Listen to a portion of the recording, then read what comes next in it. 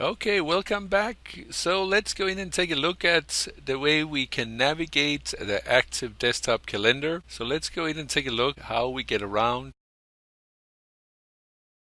Welcome to video number 4. Video number 4 will take a look at navigation in regards to the active desktop calendar. We have already looked at how we get around on the desktop here, and that is really a part of navigation. Like I said, here on my desktop there's no icons because I've cleaned up and I don't want any clutters on my desktop. And as you see here up in the left corner, we have the active desktop calendar setting, and that is something that will come automatically when you install the program. Like I also said, down on the taskbar in the notification area, you can find it too when the program is started up. And then you can have it as I have placed it down on the taskbar in the quick launch area where I have placed active desktop calendar. And then if you go over to the start button under all programs and you go underneath the folder called active desktop calendar, if you keep the default and you click here, you can see you have the startup. And in regards to the files that is available for you, you can see here that when you click here,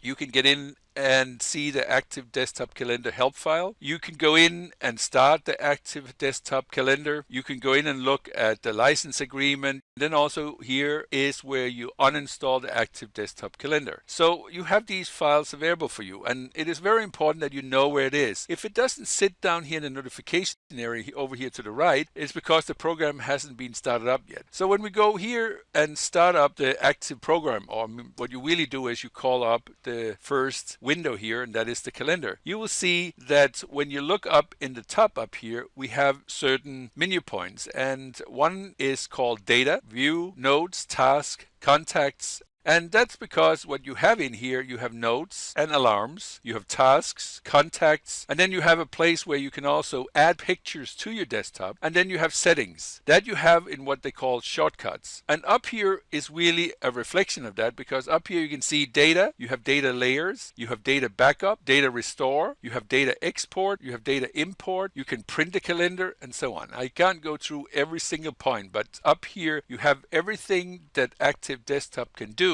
And it is based on the functionality in regards to data, view the data, then notes, task, and contacts. And remember, it's a time management program, or as some would like to call it, it is a staff scheduling program. But it's really the same, because what you need is a calendar. You need that there's certain things that has to be executed at certain times, and then who is executing it, and in regards to contacts, and what is the task that has to be executed. So that is really a time management program. Also, that you can see here that when you go a little further down, you have the icons here, the quick launch bar, where you can go in and see here that if you, the first one is a new note, then you can set a new alarm, then you can print, you can go in and edit a note or alarm, you can find notes and alarm, you can go in and go to the date that you want to work with, and you can delete notes as alarm. So all this sits up here. So that's really the way you get around. And as you can see here, let's say that we went down to February the 1st, and then you go up here and say today, then it will jump back to the day we have today, so that if I am in another month, in another year, I can always go up here and say today. Also up here, you can see if I click on the first right or left, then that will go 1 month forward. So if I click on the first one here, that will go 1 month forward. 1 month backwards, 1 month more. Press to date, it will go back to January the 11th as it is here today. If you press this one, then it's a year. I can go 1 year backwards, or I can get 1 year forward. So it is very easy to navigate. And then also up here, when you go up here under help, here you can register the program, but here you will also find other things like the data integration wizard. You can find the desktop layout picker and many other things, help and so on. But it is easily to overlook, and therefore I will not use much time in regards to the navigation others than it is important to know where you can start it from. And like I said, you can do it down here from the taskbar in the notification area. You can have added it to the taskbar quick launch, or you could launch it from your desktop up here. So there's many places where you can launch it, and as soon as the program is up, you have access to layers, notes, tasks, contacts, and everything.